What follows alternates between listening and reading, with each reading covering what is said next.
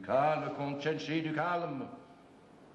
Vous n'allez pas soulever tout un pays pour un crime dont on vous dit qu'il est déjà expié. En effet, c'est ce qui m'arrête. La guerre me détournerait de certains desseins. Sans doute quelque ignominie nouvelle où votre esprit aime à se reposer. Peut-être. Mais c'est mon affaire. L'Église n'a aucun titre à s'introduire dans mon cœur secret. Comte Chenchi, nous sommes là des batailles. Le monde est faible, il aspire à la paix. Le geste du pape est un geste de trêve qui incite à l'apaisement. Je fêterai cette amnistie générale dans une orgie où vous serez tous conviés, chefs de noblesse et du sacerdoce. Une grande orgie des temps de mollesse, où les vices du vieux comte Chenchi vous montreront ce que veut dire la paix. Assez, comte Chenchi, assez. Vous finiriez par me faire regretter mon éloquence. Vous n'êtes pas si jeune que vous ayez encore le temps de regretter votre passé. Baliverne, que ces choses d'église. Pour moi, il n'y a plus ni avenir, ni passé, et donc aucun repentir possible. Je ne m'occupe plus que de bien raffiner sur mes crimes. Un beau chef-d'œuvre noir, c'est le seul héritage qu'il importe encore de laisser. Vous seriez puéril, comte Chenchi, si je n'étais payé pour croire à votre sincérité. Voilà enfin la parole d'un homme qui sait me comprendre.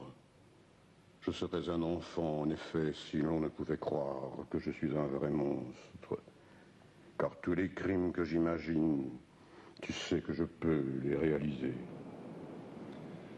Ce qui me fait peur, ce n'est pas la mort d'un homme, car enfin cette vie humaine si précieuse, l'hypocrisie sociale s'arrange pour la sacrifier d'abondance, chaque fois que sous couleur de coup d'État, de révolte, de guerre, elle s'abrite derrière son complice habituel, le destin.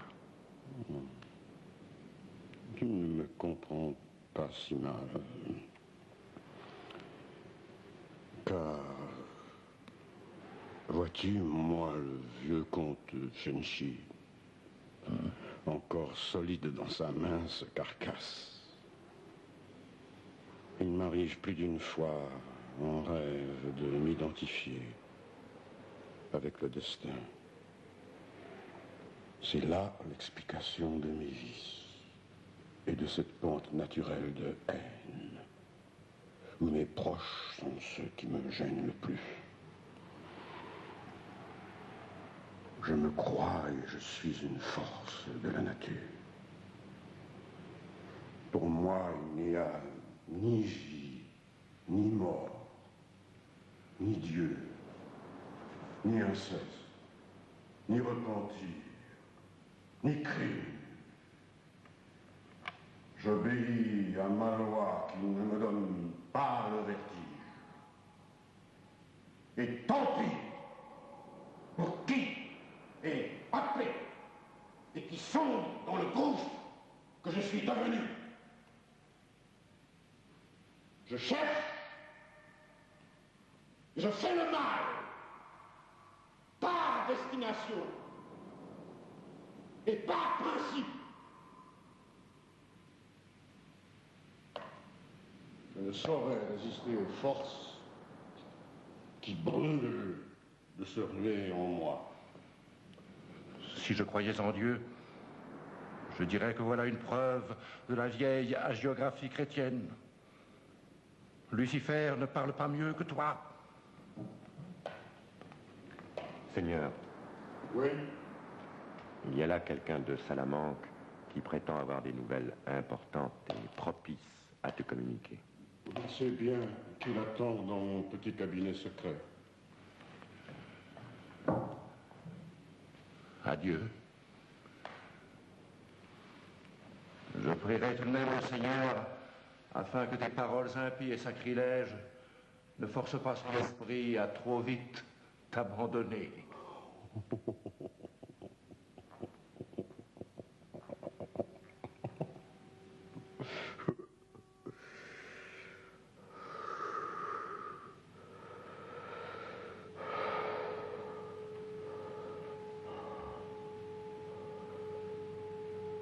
Le tiers de mes possessions et ce qu'il en reste pour dorloter les jours de ma progéniture.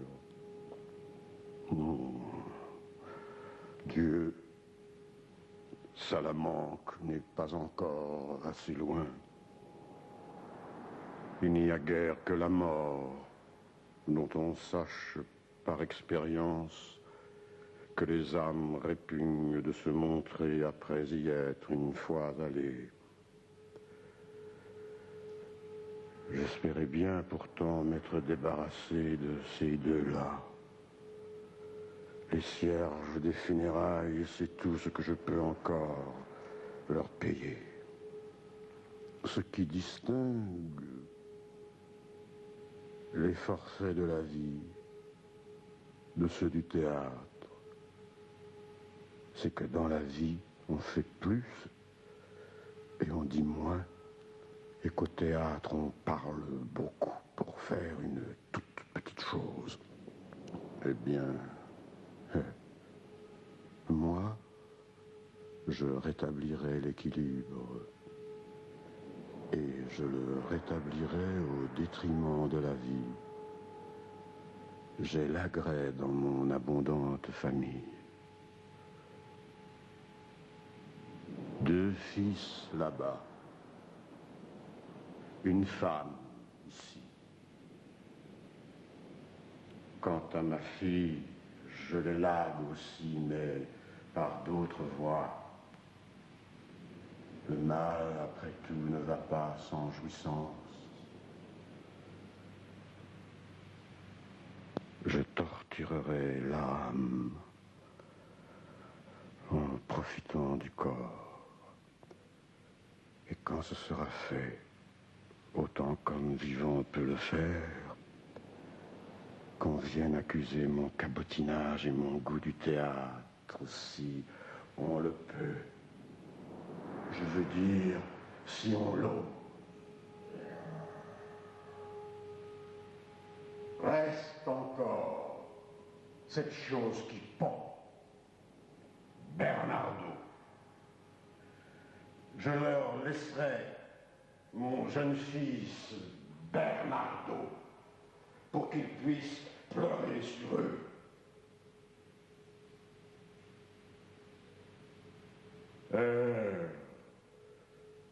Je te confie mes pensées. Et toi,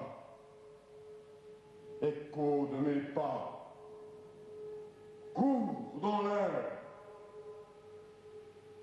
Vous êtes aussi silencieux l'un que l'autre. Même les murailles ne vous entendraient pas.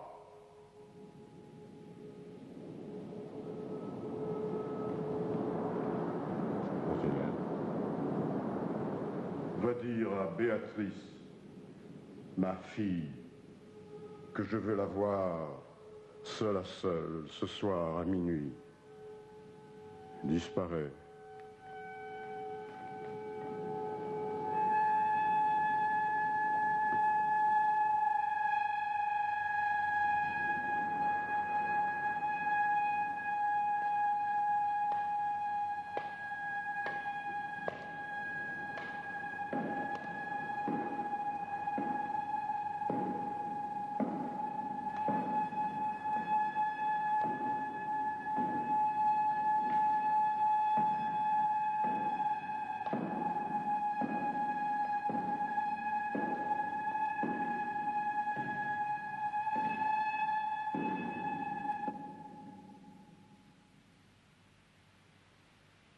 Vous vous souvenez du lieu où nous eûmes notre première conversation? Justement, on aperçoit l'endroit de ce cyprès. La même lune que ce soir dévolait les pentes du Pincho. Oui, je me rappelle, Béatrice. Vous disiez que vous m'aimiez, alors. Vous êtes prête, ne me parlez pas d'amour. Oh, qu'importe mes vœux, puisque je vous retrouve. Il n'y a pas d'église qui puisse lutter contre mon propre cœur. Ce n'est pas l'église, ni votre cœur qui nous sépare, Orsino. Mais le destin. Quel destin? Mon père. Voilà mon mauvais destin. Votre père? À cause de lui, je ne suis plus faite pour les amours humaines. Mes amours ne valent que pour la mort. Oh, quittez ce ton sibyllin. Quels que soient les obstacles, je me fais fort de les vaincre. Pourvu que je me sente appuyé par vous. Appuyé par moi, n'y comptez pas, n'y comptez plus, Orsino. Il y a ici quelque chose de plus qu'un homme qui va et vient dans ces murailles de misère et me force, moi, à rester. Et pour dur qu'elle me paraisse, ma servitude a des noms chers. Avant Orsino, il y a Bernardo. Il y a ma mère qui souffre. L'amour pour moi n'a plus les vertus de la souffrance. Le devoir est mon seul amour. Il souffle par ici aujourd'hui un singulier vent de mysticisme. Confessez-vous. Il faut un sacrement insigne pour exorciser toutes ces folies. Il n'y a pas de sacrement pour lutter contre la cruauté qui m'oppresse. Il faut agir. Cette nuit, mon père donne une fête somptueuse, Orsino. Il a reçu d'heureuses nouvelles de Salamanque, de mes frères qui sont là-bas. C'est par cette démonstration extérieure d'amour qu'il se joue de sa haine secrète. C'est une audacieuse hypocrisie qu'elle aurait plus de joie à célébrer leur mort que je l'ai entendu demander à genoux. Grand Dieu, qu'un tel père puisse être le mien. De grands préparatifs ont été faits. Et tous mes parents, les Cenci, seront là avec toute la haute noblesse de Rome. Il nous a fait dire à ma mère et à moi de nous parer de nos plus beaux atours de fête. Pauvre dame. Elle attend de là quelque heureux soulagement à ses sombres pensées. Moi, rien.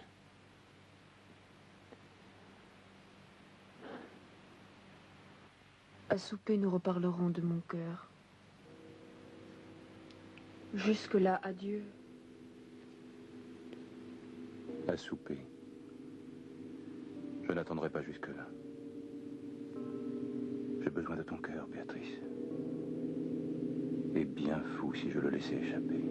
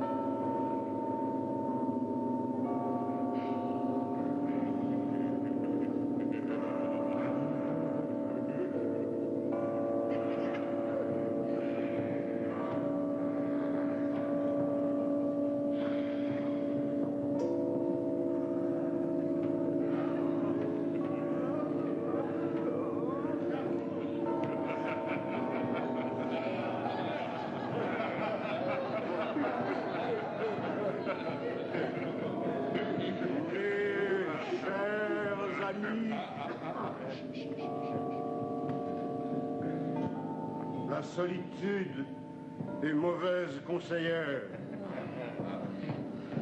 Trop longtemps j'ai vécu loin de vous.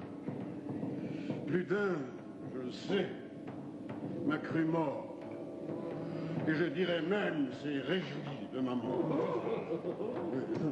Sans oser toutefois me remplacer par ma propre descendante.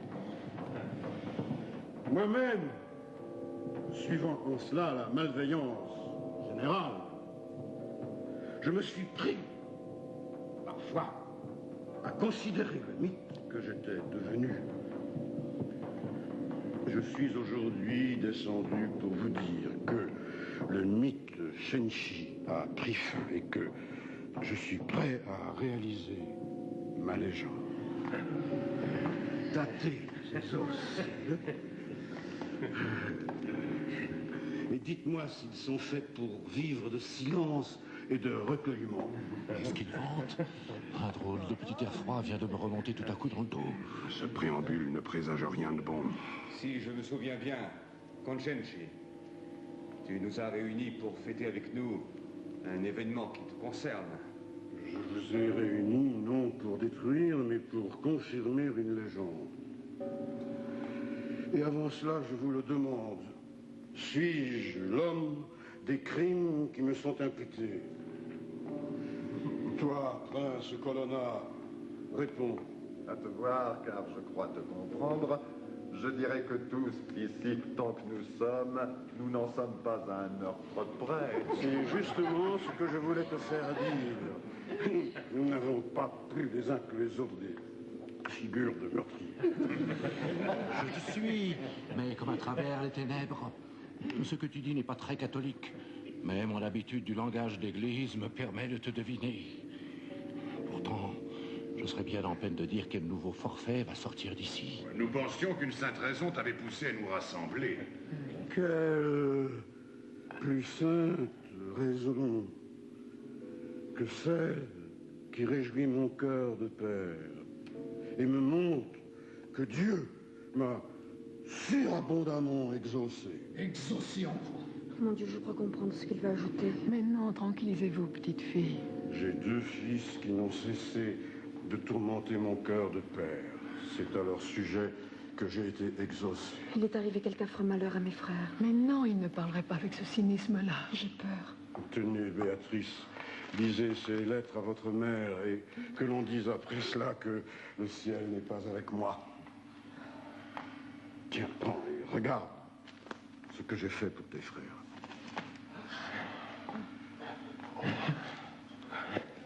Eh bien, quoi? Vous refusez de comprendre? Mes fils, désobéissants et rebelles sont morts. Morts! Dissipés! Finis! Vous entendez? Et que l'on vienne parler, si l'on veut, de sollicitude paternelle. 2 corps de moins à me soucier. Ce n'est pas vrai. Ouvrez les yeux, petite mère. Les cieux se seraient déjà ouverts en deux si ce n'était pas un mensonge. On ne brave pas impunément la justice de Dieu. Que la foudre de Dieu me tombe sur la tête si je dis faux. Cette justice que tu invoques, tu vas voir qu'elle est avec moi. Le premier est mort emplâtré sous les décombres d'une église dont la voûte est tombée sur lui. L'autre a péri de la main d'un jaloux, pendant que leurs rivales à tous deux faisaient l'amour avec leur belle. Venez donc me dire après cela que la Providence n'est pas avec moi. Flambeau, flambeau, flambeau! Des flambeaux pour éclairer ma route! Je pars! Attendez! Mais non! Attendez! Reste!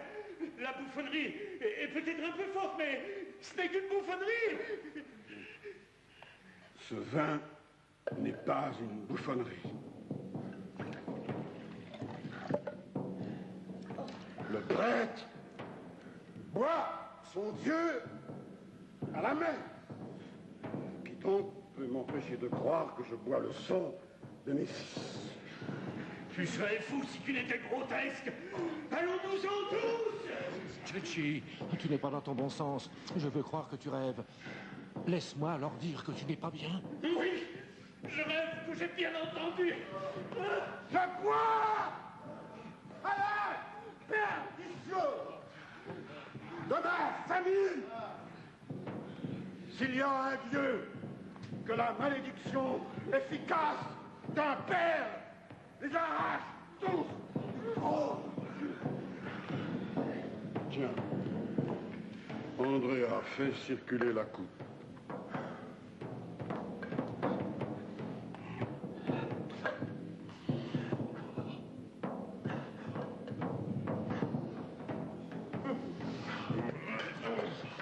Assassin! Il ne se trouvera donc pas un homme pour lui rentrer dans la gorge! Ces paroles d'ignominie! À vos places, pas un homme vivant ne sortira d'ici. Par grâce, ne vous en allez pas, nobles hôtes. Vous êtes père, ne nous laissez pas avec cette bête sauvage. Je ne pourrai plus voir une tête blanche sans éprouver le désir de blasphémer la paternité. Je dis vrai, vous êtes tous pères. C'est pourquoi je vous conseille de songer au vôtre avant d'ouvrir la bouche sur ce qui vient de se passer ici. Toi, prends garde. Prends garde si Dieu reçoit la malédiction d'un mauvais père, qu'il ne donne des armes à ses fils.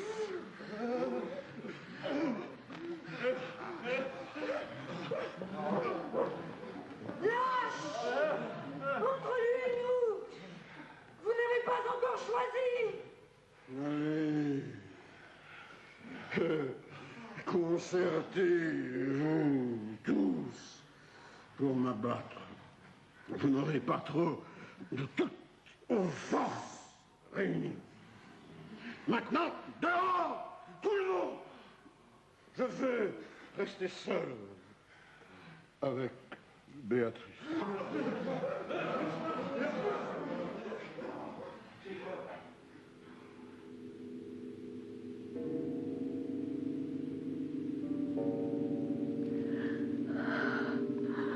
Oh mon Dieu, qu'a-t-il encore dit? Retirez-vous dans votre chambre. Toi, pas si vite. Tu ne t'en iras pas avant de m'avoir complètement entendu. Genji. Va.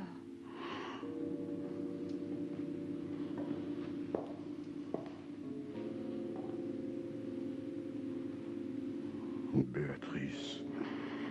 Mon père, retire-toi de moi, homme impie.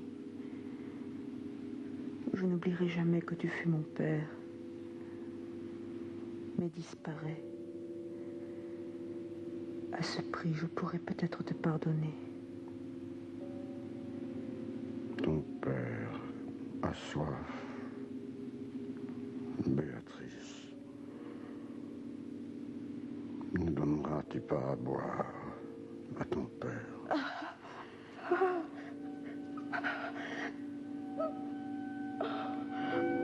J'espère.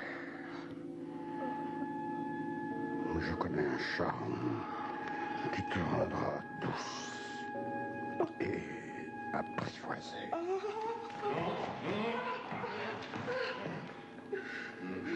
Laisse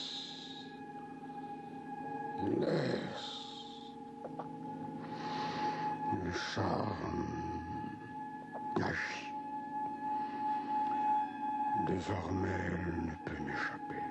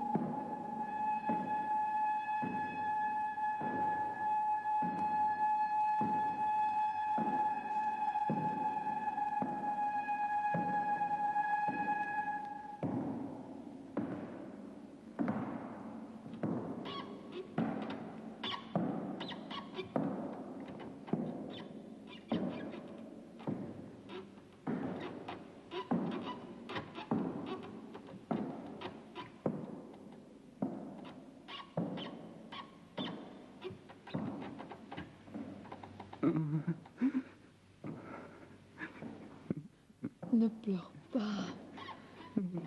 Je ne suis pas ta mère, mais je t'aime plus que ta mère. J'ai souffert. Pour une femme digne du nom de femme, Bernardo. Toute grande douleur morale est comme un nouvel enfantement. A-t-il passé par ici? L'avez-vous vu, mère? C'est lui. J'entends son pas sur l'escalier. N'est-ce pas sa main sur la porte? Tout. Je n'en puis plus, Lucretia. Aide-nous, mère. Aide-nous. Je suis là sans fin de lutter.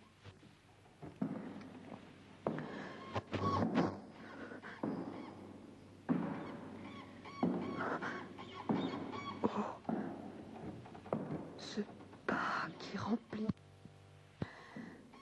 Son pas. Je le vois comme s'il était là. Sa face épouvantable s'éclaire. Je dois le haïr. Je ne peux pas. Son image vivante est en moi comme un crime que je porterai. Paix, petite fille. Un crime n'existe que quand il est fait. J'aime mieux mourir que de lui céder. Lui céder? Oui. Connais-tu un père qui puisse avoir le courage de laisser mûrir en lui et de garder, sans que le cœur lui manque, une telle monstruosité? Mais enfin, qu'a-t-il pu oser? Est-il une chose qu'il ne puisse oser? Tout ce que j'ai supporté n'est rien à côté de ce qu'il s'apprête à me faire. Il m'a nourri de m'empester. Il m'a fait jour après jour assister au lent martyre de mes frères. Et tu sais que je n'ai pas protesté. Mais maintenant... Madame. Merci, mon Dieu. Ce n'est pas mon père. Monseigneur, si nous vous demande à quelle heure, il pourrait vous voir en toute sécurité. Ce soir à l'église. Béatrice.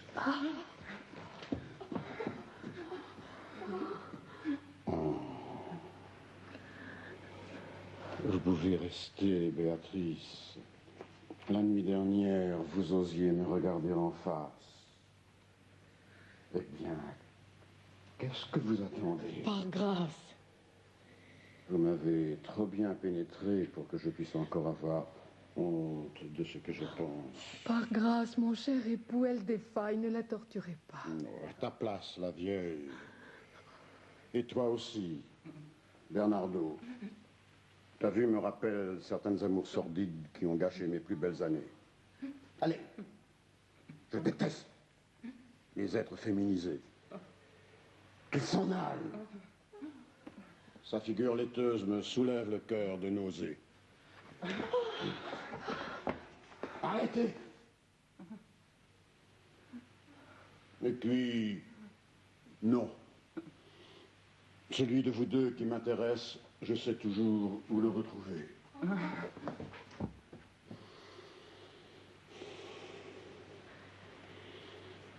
Vous souffrez? Oui. La famille, voilà où je suis blessé. Hélas, chacune de vos paroles nouvelles est comme un coup que vous nous portez. Et après, c'est la famille qui a tout vicié. Après, seule la famille t'aura permis de donner la mesure de ta cruauté. Sans la famille, qu'est-ce que tu serais? Pas de rapports humains possibles entre des êtres qui ne sont nés que pour se substituer l'un à l'autre et qui brûlent de se dévorer. Mon Dieu. Oh diable, ton Dieu. Mais avec des paroles pareilles, il n'y a plus de société. La famille à qui je commande et que j'ai faite est ma seule société. C'est de la tyrannie. La tyrannie est la seule arme qui me me reste pour lutter contre la guerre que vous tramez. Il n'y a de guerre que dans ta tête, Shenji. Il y a celle que vous me faites et que je sais encore mieux vous restituer. Ose dire que ce n'est pas toi qui as suggéré à ma fille de transformer le banquet de la nuit dernière en une rencontre de meurtriers. Que Dieu m'enlève si j'ai eu les pensées que vous m'imputez. Quand le meurtre ne vous suffit pas, vous utilisez la calomnie criminelle. Comme mon esprit trop pénétrant vous gêne, vous avez cherché à me faire enfermer comme fou. Toi, ma fille Béatrice et mes fils,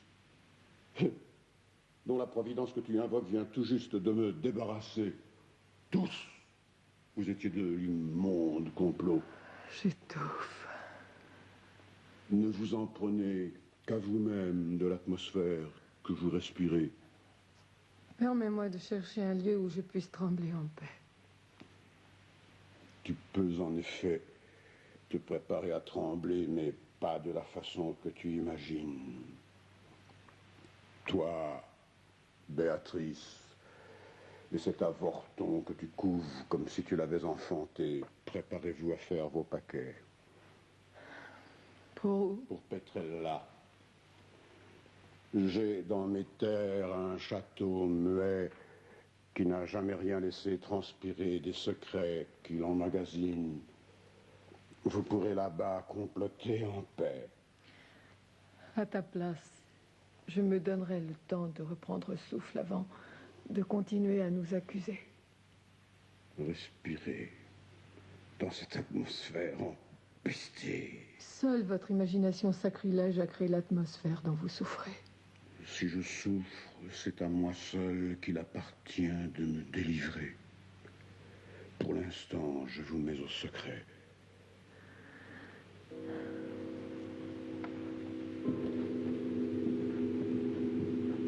Et toi, nuit, toi qui grandis tout, entre en moi, avec les formes démesurées de tous les crimes qu'on imagine.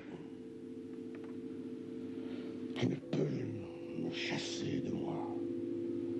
L'acte que je porte est plus grand que toi.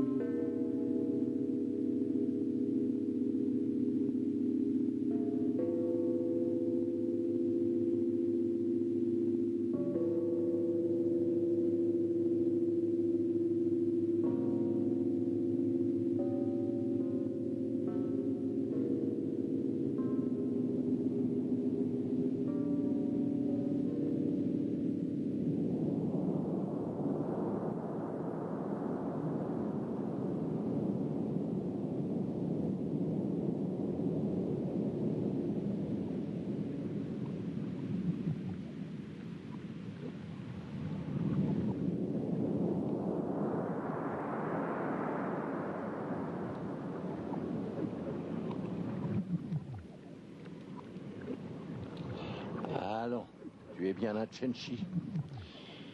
Mais si j'ai un conseil à te donner, c'est de ne pas fatiguer le pape de tes plaintes de scribe affolé. Qu'est-ce à dire, signor Camillo? C'est-à-dire que tu as tous les défauts de la famille Chenchi, sans en avoir la robustesse. Si ton père t'a dépouillé, c'est avec lui que tu dois t'arranger, sans pour cela appeler le pape au secours de tes sordides querelles. Alors je dois me battre. La guerre. Il faut que je prenne mon père au collet. Oui, si tu t'en sens le courage, ce dont je doute. De tous les Chenchi, tu es le seul que l'idée d'un meurtre puisse faire trembler. Mais ce que tu me demandes de faire, ce n'est pas la guerre à mon père. C'est la guerre à l'autorité. Pour risquer que soit la formule, elle n'est pas pour m'épouvanter. J'ai connu les siècles où les fils tenaient en servitude leur vieux père. Et avec ce diable de Chenchi, ce sont les pères dont le despotisme sectaire pousse les fils à se révolter. Pour un prêtre de Jésus-Christ, tu parles un bien l'étrange langage. Je ne sais pas si l'anarchie est tellement à recommander. Ton pape est comme le dormeur de la fable. Il bouge en rêve. Et ce sont ces prêtres qui nous poussent à nous entretuer. Prends garde que ce que tu me conseilles de faire ne devienne une espèce de guerre contre ta propre autorité. Une levée de bouclier dont je vois d'ici les limites n'est pas faite pour me gêner. N'est-ce pas sur tes conseils, vipère, que le pape a suggéré à mon père de travailler à nous déshériter? Notre haute monarchie d'Église, autant que l'autre, a toujours haï la féodalité. Eh bien? Est-ce que tu ne comprends pas que la fortune du vieux Chenchi, ses trésors, ses châteaux, ses terres, doivent, par-dessus la tête de sa famille, retourner à la papauté? Tu es d'un cynisme à révolter les fidèles s'ils s'en trouvent encore dans la catholicité. Tout ce que je dis, je n'ai jamais redouté de le clamer en plein conclave. C'est avec du cynisme que les papes sont faits. Si je n'avais contre moi que la misère, je ne craindrais pas de m'expatrier. Un pays où les vieux sont la règle a fini de me dégoûter. Il n'est pas de fortune qu'on ne puisse refaire quand on est soutenu par les siens. Je ne puis plus compter sur les miens. C'est leur amour qu'a cherché à atteindre mon père en me dépouillant de ce que j'avais. Comment cela? Que cul est roulé! Voilà ce que je suis aux yeux de ma femme qui ne consent pas à me pardonner. Et ses fils bougent autour d'elle comme des reproches qu'elle me ferait. Maintenant, je comprends tout à fait. Oui, le mépris qui engendre la haine. Voilà l'héritage que Chenchi m'a laissé. Écoute, je ne veux pas que personne se doute de ce que je vais avoir à te suggérer. Ah, dis vite. Tiens, voilà quelqu'un qui pourra mieux t'éclairer. Que complotiez-vous avec ce prêtre taré? Moi? Rien. Vous n'ignorez guère le pétrin où je suis tombé. Ce prêtre pense que vous avez un moyen qui peut me permettre de m'en tirer. Toi, tes frères, ta sœur, ton père, vous n'aurez de cesse que vous n'ayez tout saccagé. Je veux donner à cette race maudite les moyens de se dévorer. Tu sais que je devais épouser Béatrice. Son vieux père se comporte de manière à renverser les espérances que je nourrissais de ce côté. Il vient de passer sur toute cette race une bizarre fatalité. Les fils trépassent, le père s'égare. La fille sombre dans une insupportable mysticité. Vous n'étiez pas à Rome la nuit dernière, mais il n'est pas possible que vous n'ayez eu vent du scandale qui a éclaté dans ce palais, qui vous est à jamais fermé.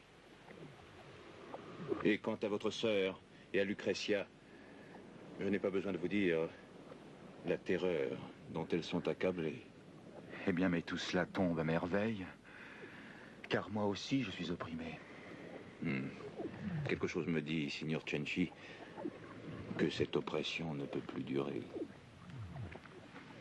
J'ai vu le pape pour essayer de l'intéresser aux souffrances de cette famille terrorisée. Sa sainteté m'a ri au nez. Que je me lève, m'a-t-elle dit, contre l'autorité naturelle d'un père? Que j'affaiblisse ainsi le principe de ma propre autorité? Non, jamais, a-t-elle ajouté. C'est sur vous-même qu'il faut compter. Quand la justice s'en va, il est bon que les opprimés se rassemblent, hors de toute légalité. Je sens mon exaspération assez mûre. Et d'autre part, je n'ai plus rien à risquer. Le monde tremble sur le bord d'un abîme. C'est le moment de tout essayer. Je te quitte, signor Giacomo. Réfléchis à ce que je viens de te dire. Et rappelle-toi que les intérêts de ta famille, comme les miens propres, sont désormais coalisés.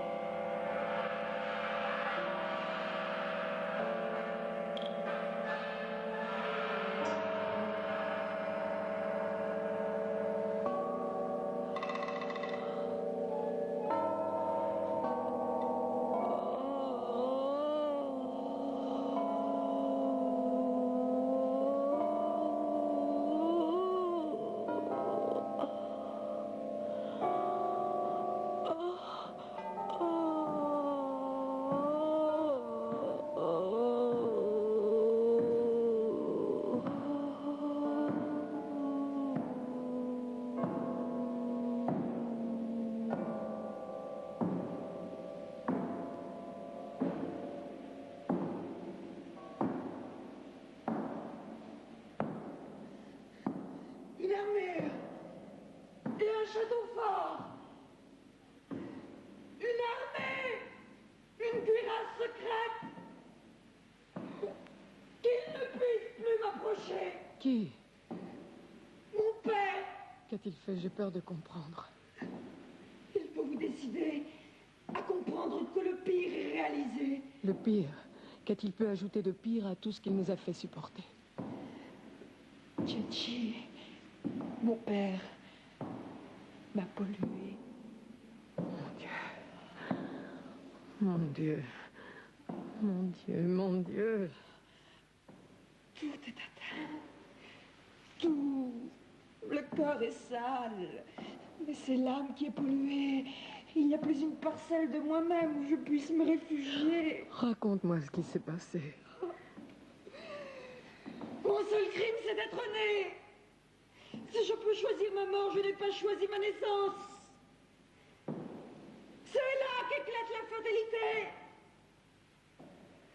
Dis-moi, mère, toi qui le sais, si toutes les familles sont pareilles, car alors je pourrais m'absoudre de l'injustice d'être né. Tais-toi. Tu me ferais accuser la justice qui permet de pareils forfaits. Je sais maintenant ce que souffrent les aliénés. La folie, c'est comme la mort. Je suis morte, et mon âme qui s'acharne à vivre n'arrive pas à se délivrer. Je t'en supplie, Béatrice, souffre. J'essaierai de te consoler, mais reviens à toi. Je perds pied quand tu déraisonnes. Si tu ne peux rentrer en toi-même, je croirais que nous sommes tous possédés. Vous, les mères, vous ne savez que vous plaindre. Et cependant, ici, sous nos pieds, se ramassent les forces d'un monde qui s'apprête à tout emporter. Mon Dieu, j'ai bien peur que le pire ne soit pas encore arrivé. Il y a eu dans ce monde sauvage d'horribles choses, de prodigieux accouplements, d'étranges confusions de bien et de mal. Mais jamais la pensée n'a rêvé. Quand j'étais petite, il y a un rêve qui toutes les nuits me revenait. Je suis nue, dans une grande chambre, et une bête, comme il y en a dans les rêves, n'arrête pas de respirer. Je me rends compte que mon corps brille. Je veux fuir, mais il faut que je dissimule mon aveuglante nudité. C'est alors que s'ouvre une porte. J'ai faim et soif. Et tout à coup, je découvre que je ne suis pas seule. Non! Avec la bête qui respire à côté. Il semble que d'autres choses respirent. Et bientôt, je vois grouiller à mes pieds tout un peuple de choses immondes. Et ce peuple est lui aussi affamé. J'entreprends une course obstinée pour essayer de retrouver la lumière, car je sens que seule la lumière va me permettre de me rassasier. Oh, la bête qui se colle à moi me pourchasse de cave en cave, et la sentant sur moi, je constate que ma faim n'est pas seule obstinée. Et c'est quand je sens que mes forces sont sur le point de m'abandonner que chaque fois, je m'éveille d'un trait. Lucrezia, toi qui m'as si bien tenu le lieu de mer, dis-moi que tu sais me comprendre, car aujourd'hui, je peux te dire que mon rêve est étrangement effacé. Il n'était pas besoin de ton rêve pour me faire dire qu'on n'échappe pas à sa destinée. Oh, que ne puis-je croire que j'ai rêvé, que mon rêve d'enfant m'a reprise, et qu'une porte où l'on va frapper en s'ouvrant viendra me redire qu'il est temps de me réveiller. Orsino! Est-ce donc une loi des familles que les pères, pour posséder leurs filles, doivent se débarrasser de leurs fils? Et que veut-elle dire? Je veux dire que Tienchi, mon père, a mis le comble à ses forfaits. Oh, c'est dans l'ordre. Mais ce n'est pas. Que cela soit ou ne soit pas, abstenez-vous de le demander. Cela a été. Et maintenant, conseillez-moi de manière à ce que cela ne soit plus désormais. Orsino, si tu peux quelque chose, je t'en supplie. Interviens. J'ai peur. Il y a des juges. Rédigez une plainte. Livrez votre père au bras séculier. Où est le juge qui pourra me rendre mon âme? Il y a dans mes veines, Orsino, un sang qui ne devrait pas s'y trouver. Je ne peux plus croire maintenant qu'à la justice que je choisirai. Laquelle? Je ne sais pas. Mais quelque chose doit être fait. Un acte immense qui efface jusqu'à l'ombre de ce forfait. J'ai songé à mourir. Mais j'ai peur que même la mort ne soit pas un refuge contre un crime. J'ai songé à mourir. Mais j'ai peur que même la mort ne soit pas un refuge contre un crime qui n'est pas encore expié. Non. Mourir. Ne vous payez pas d'image. Votre justice est pour les insensés. Eh bien, suggérez quelque chose. Dites, il n'y a pas de moyen atroce auquel je ne puisse me rallier. Mais l'important est d'agir sans tarder. Je suis pour une justice efficace qui atteint ce qu'elle s'est proposé. Je ne redoute pas la violence, certes, mais je veux que la violence profite. Je déteste les actes flamboyants qui sont sans cesse à refaire. Vous voulez être vengé, j'imagine. Vous voulez surtout empêcher Tienchi de recommencer. Oui. Eh bien, n'ameutez pas l'opinion publique. Agissez, mais agissez en sourdine. C'est le moment des assassins secrets. Secrets? Pourquoi? J'irai sur les places publiques dire que mon père m'a déshonoré. Je vous amène un nouvel opprimé. Toi, Giacomo? Oui. Oui. Conseillez-lui d'aller crier par la ville que Tienchi, son père, l'a dépouillé. Ma justice à moi est prudente. Et elle sait choisir les moyens qui lui évitent d'échouer. Prenez Giacomo avec vous. Faites masse. Mettez Bernardo dans le secret. Contre une autorité dévoyée, faites bloc. Reconstruisez une famille. C'est autour du sang des familles que se rassemblent les meilleurs conjurés. Avec Bernardo, cela fait 4. Demeurez 4 dans le secret de l'acte. Pour l'acte lui-même, j'ai 2 muets. Oui, 2 scélérats idiots et butés qui font de la vie d'un homme le cas qu'on fait d'un papier déchiré. L'engeance, aujourd'hui, ne manque guère. Mais ceux-ci ont sur des assassins ordinaires l'avantage de ne pas parler. La prudence n'exclut pas la rapidité. Or, sinon, demain matin, il sera trop tard. Connais-tu cette horrible prison sauvage qu'on appelle le château de Pedrella? C'est là qu'il veut nous faire enfermer. Il ne doit pas y arriver. Fera-t-il jour quand vous y parviendrez? Le soleil sera à peine couché. Mais je me souviens qu'à 2000 en avant du château, La route traverse une sorte de gouffre. En bas, un torrent ténébreux bouillonne sans fin dans des cavernes. Et sur le gouffre, un pont est jeté. Mon Dieu. Cenci qui revient à l'improviste. Le pas qui arrive ne doit jamais franchir le pont dont je viens de parler.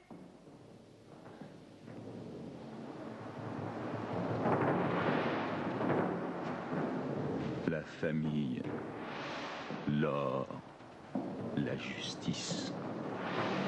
Moi, Giacomo, je mets tout dans le même panier.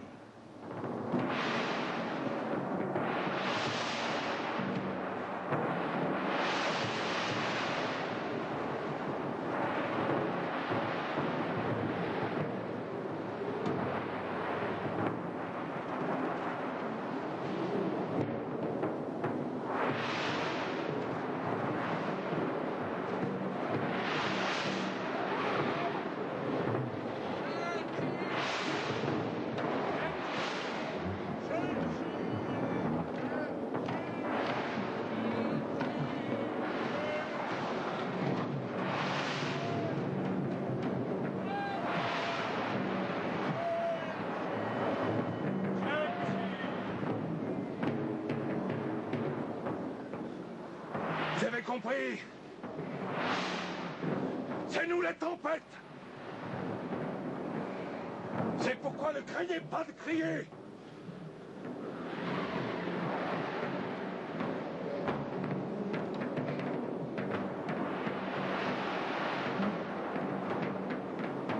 Penses-tu qu'ils sauront s'y prendre? Demande-leur d'abattre leur homme. Ne leur demande pas d'accorder leurs organes avec la tempête déchaînée. Tiens-toi tranquille. Tout va bien. Chacun sait le rôle qu'il doit jouer.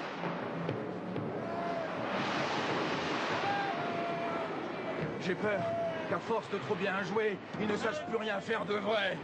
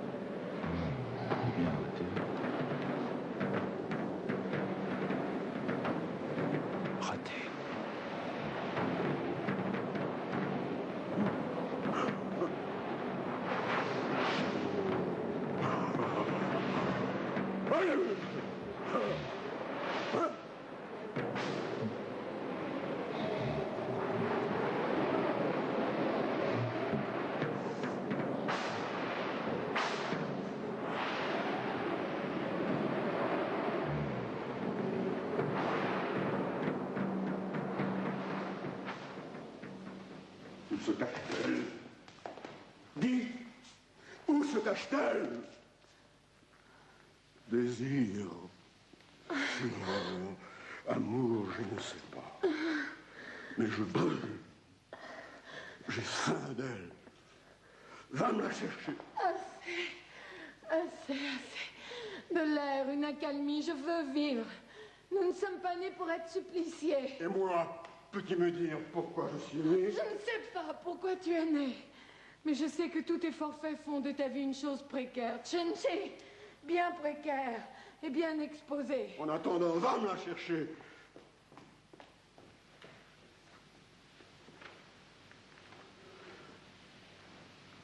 Que je me repens. Pourquoi? Le repentir est dans la main de Dieu. C'est à lui de regretter mon acte. Pourquoi? Pourquoi m'a-t-il rendu père d'un être que tout m'invite à désirer? Que ceux qui accusent mon crime accusent d'abord la fatalité. Libre, quand le ciel est prêt à nous tomber sur la tête, qui donc peut encore oser parler de liberté? C'est pourquoi j'ouvre les écluses pour ne pas être submergé. Il y a en moi comme un démon désigné pour venger les offenses du monde. Désormais, il n'est pas de destin qui m'empêche d'exécuter ce que j'ai rêvé.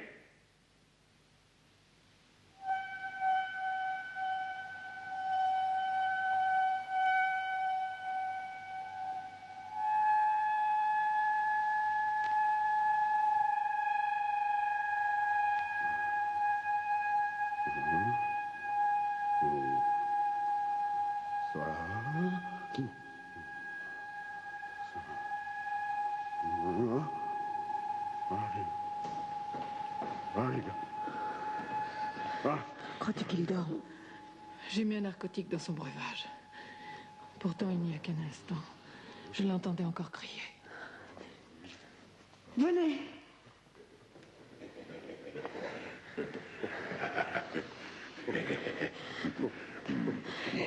J'espère que cette fois vous serez plus prompt que la nuit dernière. Ah. Ah, les armes. Allez.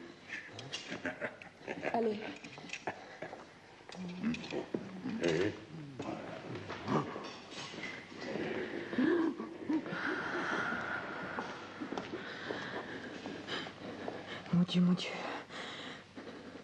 Vite. Je ne sais pas si je pourrais supporter. Oh. On dirait qu'il parle.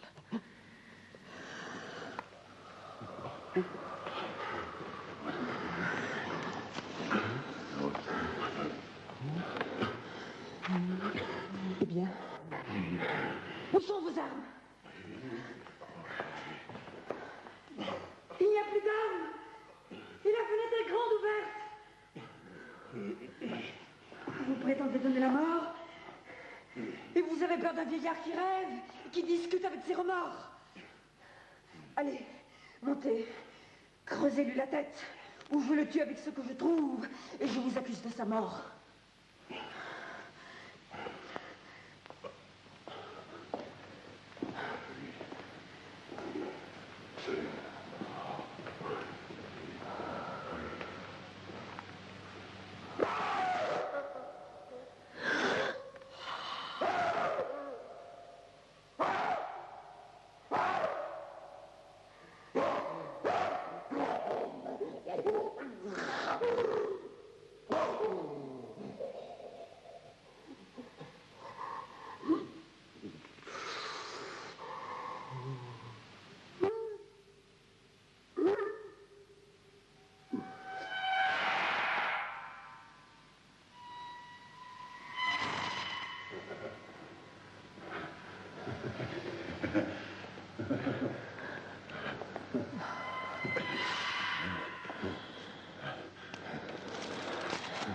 Allez. Vous l'avez bien mérité.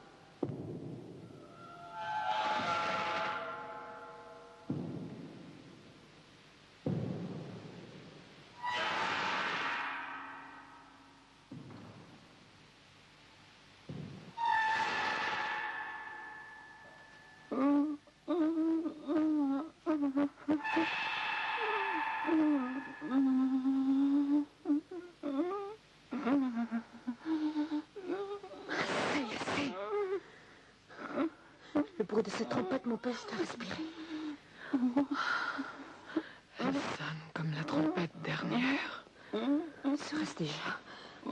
Mais non, ce n'est pas possible. Tu dors. Tu dors. C'est à peine si moi-même, je réalise ce qui vient de se passer. Il est trop tôt. Rien n'a pu transpirer. Des soldats partout, Béatrice. J'ai peur pour toi, cache-toi vite. Il est trop tôt pour craindre, Bernardo. Mais trop tard pour pleurer sur ce qui est vrai.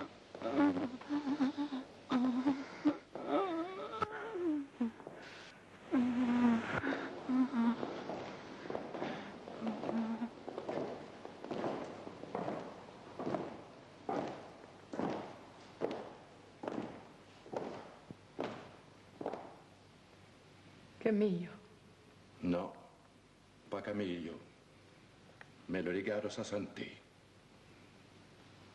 Je dois parler sans retard au comte Cenci. Est-ce qu'il dort? Je crois qu'il dort. Il doit dormir. Désolé de vous inquiéter, mais le comte Cenci doit répondre à des charges de la plus haute importance. Et tout de suite. C'est ma mission. Il n'y a personne ici qui puisse prendre sur lui-même d'essayer de le réveiller. Vraiment personne. Je devrais donc le réveiller moi-même. Allons vite, mes moments sont comptés. Bernardo, précédez le légat dans la chambre de votre père.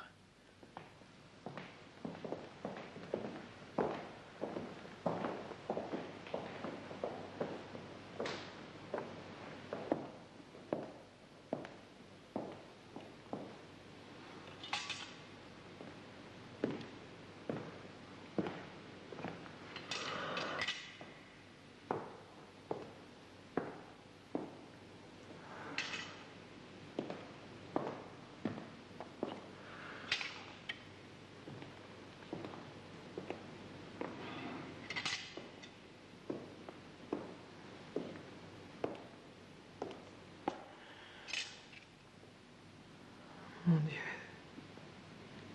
Une minute plus tôt, et Cenci respirait encore. Si le temps pouvait reculer. Pour moi, je n'ai rien à pleurer.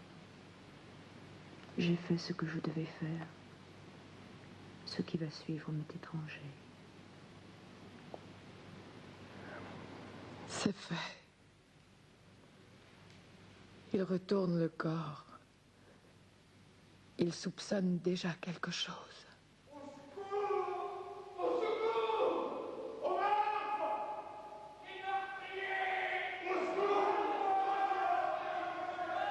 Tout est perdu. Tout est consommé.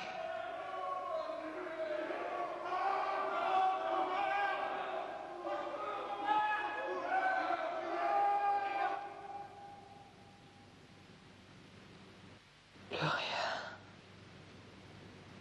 Je les entends qui devinent. Ils commencent à tracer le cercle où ils vont nous emprisonner.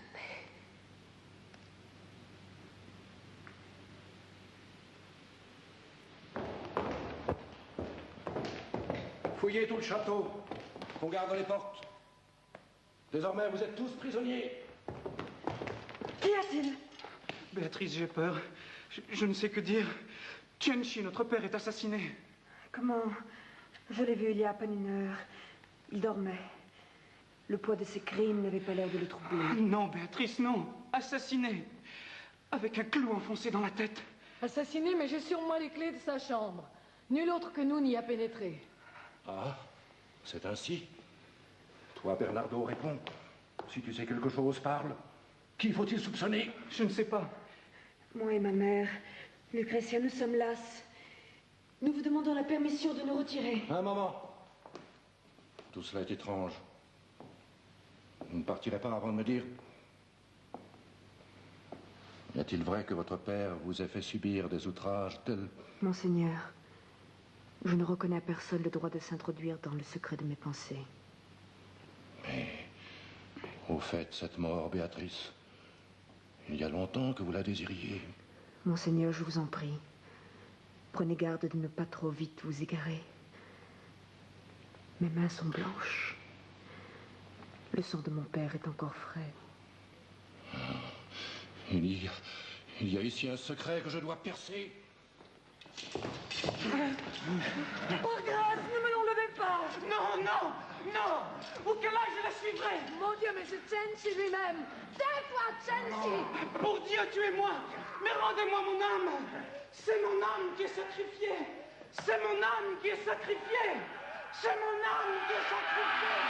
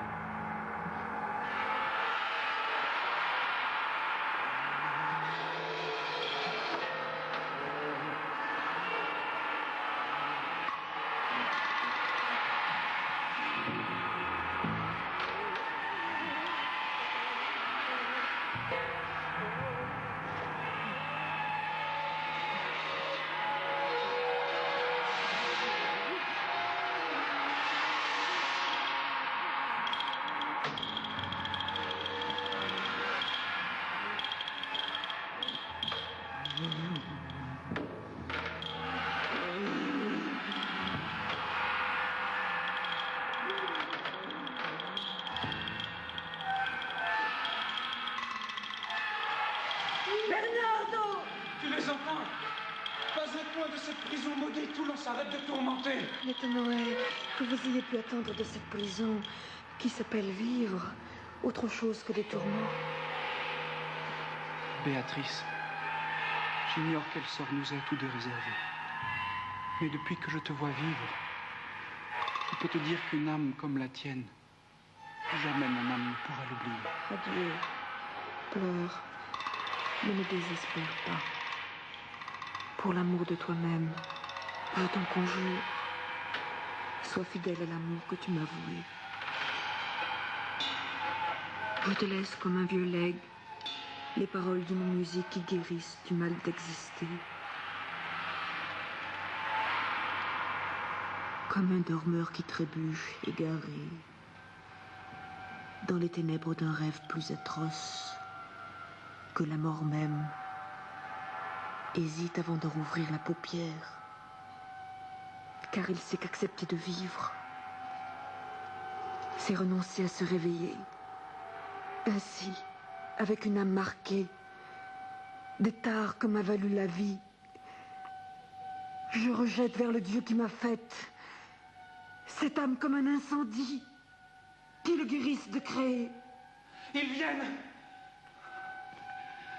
Laisse-moi baiser tes lèvres chaudes, avant que le feu qui détruit tout ne détruise leurs pétales lisses, avant que tout ce qui fut Béatrice ne finisse comme un grand vent.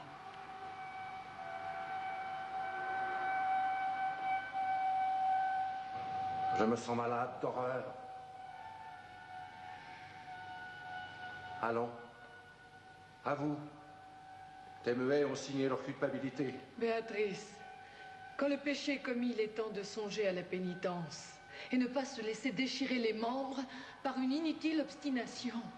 Béatrice, l'âme du complot est en fuite. Orsino a passé la porte du Pincio déguisé en charbonnier. D'ailleurs, c'est assez de torture. Les conjurés n'ont plus qu'à payer. Payer quoi? J'accepte le crime, mais je nie la culpabilité. Voici la sentence et l'ordre d'exécution. Signe. Mais n'espère point de pardon. La cruauté du pape rejoint celle du vieux Cenci. Pourtant, laisse-moi te dire qu'il n'est pas bon que les pères s'unissent contre les familles qu'ils ont créées. Je n'ai pas présenté ma défense devant le père de la chrétienté. Et ton père, lui as-tu permis de présenter la sienne quand tu es venu pour l'égorger? Elle a tué pour se défendre. Y a-t-il donc une loi qui commande aux pères de dévorer ce qu'ils ont créé et aux fils de se laisser dévorer? Je ne suis pas ici pour discuter une loi de nature, mais pour rapporter au pape les aveux signés de Béatrice, dont le crime est déjà jugé. Par qui? Par le pape. D'ailleurs, les avocats ne lui ont pas manqué. Mais soyez sans crainte. Si vous avez pour vous l'opinion publique, vous ne fléchirez pas l'autorité. Ils ont signé leur culpabilité. Mais quel juge du ciel a pu signer la mienne sans rougir de ce qu'il faisait? Il est des heures où l'autorité la plus forte sait comprendre qu'il faut reculer. Calme-toi. La sentence des juges est redoutable pour qui est privé de la liberté. Ce n'est pas l'autorité qui t'accable, mais un pouvoir avec lequel les juges nouent d'étranges complicités. Détachez-la. Donnez-leur de l'air à tous. Qu'ils descendent se préparer à ce qui les attend. Béatrice, que la mort te soit douce. C'est tout ce qui m'est permis de te souhaiter. J'espère que le juge d'en haut sera pour toi moins inexorable que le pape ne l'a été ici-bas. Éloigne-toi de moi, Camille. Qu'on ne me parle plus jamais de Dieu. Vite, vite, tournez la page. Qu'on puisse croire que tout cela n'a jamais existé.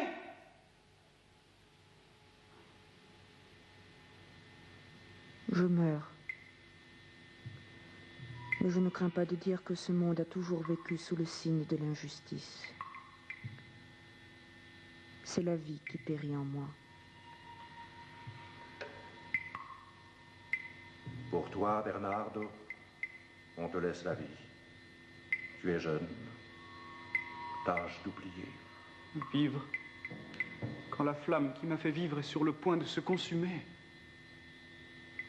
Tout meurt parce que le monde brûle, incertain entre le mal et le bien. Ni Dieu, ni l'homme, ni aucun des pouvoirs qui dominent ce que l'on appelle notre destin, n'ont choisi entre le mal et le bien. Je meurs et je n'ai pas choisi. Si jeune est déjà mon allée, tombée dans la terre funèbre, où l'on crie sans cesse après soi. Le monde qui m'échappe ne me survivra pas. On ne tue pas le blé dans sa fleur. On ne brûle pas la ville à peine construite. Si je meurs, c'est qu'ils ont condamné la jeunesse. La jeunesse qu'ils ont détruite les entraîne dans le trépas. Belle, je n'ai pas goûté ma beauté. Riche, je n'ai pas profité des biens qu'une vie mensongère paraissait mettre à ma portée. Je n'ai que faire d'une abondance qui insulte à la pauvreté. Mon cœur, que rien n'a jamais contenté, s'arrête avant d'avoir pu battre. Est-ce donc pour ce désastre précoce que la vie a été formée? Je connais l'injustice de vivre, mais je n'ose en appeler, hélas, à la justice de mourir. Mes yeux, sur quel affreux spectacle en mourant vous vous ouvrirez? Quel est celui qui pourra m'assurer que là-bas, je ne retrouverai pas mon père? Cette idée rend ma mort plus amère, car j'ai peur que la mort ne m'apprenne que j'ai fini par lui ressembler.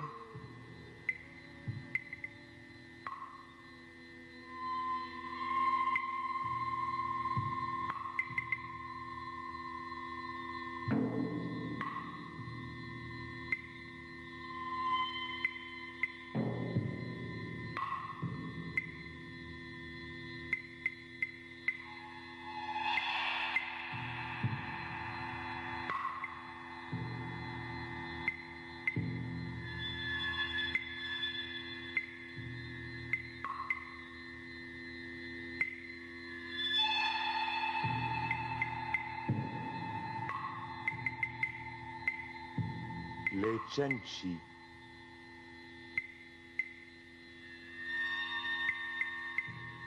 d'Antonin Artaud.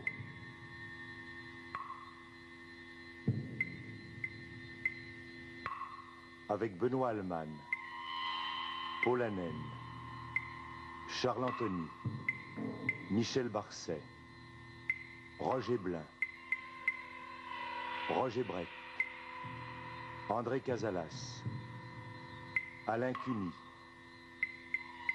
Jacqueline Dano, Pierre Garin, Jeannie Gastaldi, Éric Legrand, Guy Moigne, Pierre-Maurice Pérou, Pierre Santini, Marcel Tassimo.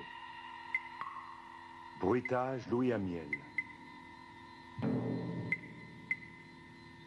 Percussion Gaston Sylvestre, Willy Coquillat. Chef opérateur du son Madeleine Sola. Collaboration technique Yvette Hubeau. Assistante de production Monique Chiquet. Réalisation Georges Perroux.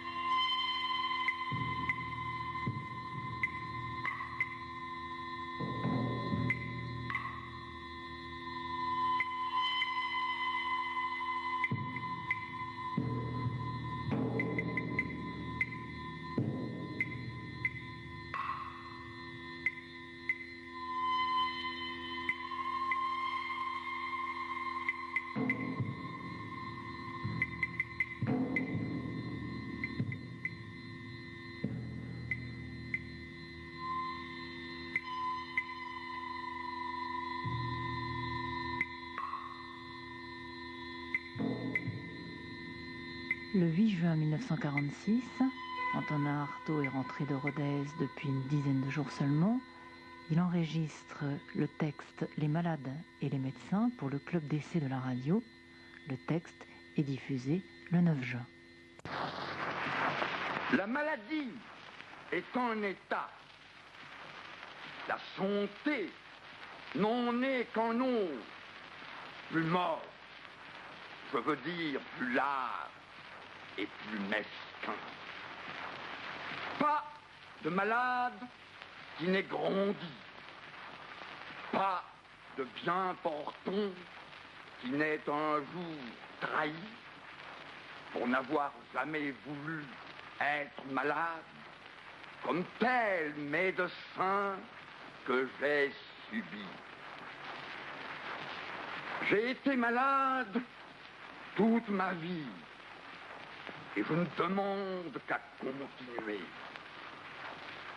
Car les états de privation de la vie m'ont toujours enseigné beaucoup mieux sur la pléthore de ma puissance que les crédences petites bourgeoises de la bonne santé suffit.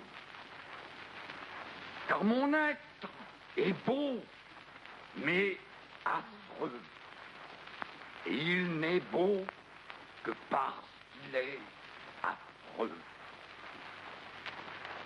Guérir une maladie est un crime. C'est écraser la tête d'un môme beaucoup moins chiffre que la vie. Le lait sonne. Le beau se perd. Mais, malade, on n'est pas dopé d'opium, de cocaïne ou de morphine. Il faut aimer l'âpre, térébonde des fièvres, la jaunisse et sa perfidie, beaucoup plus que toute euphorie. Alors, la fièvre chaude de ma tête, car je suis en état de piège. Depuis 50 ans que je suis en vie, me donnera mon opium, ce tête, celui, tête chaude que je serai, opium de la tête au piqué. Car caillis est un os. L'héroïne, un surhomme en os.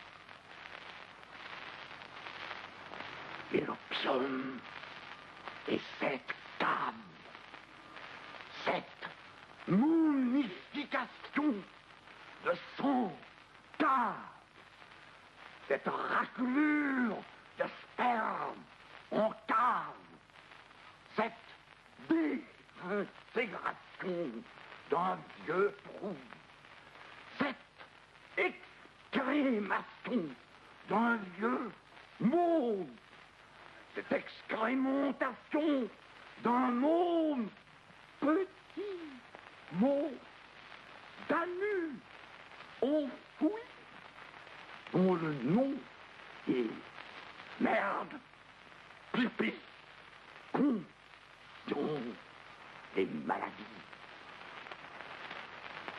Et opium de père en fils. Donc, qui va de père en fils? Il faut qu'il t'en revienne la poudre quand tu auras bien souffert sans lit.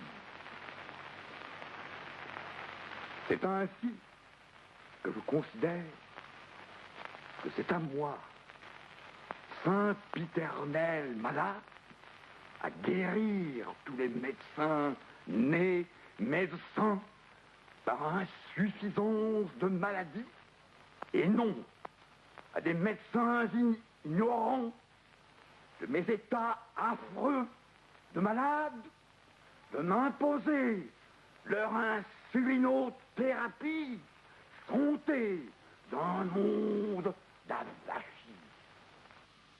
Arthur Adamoff, vous étiez l'ami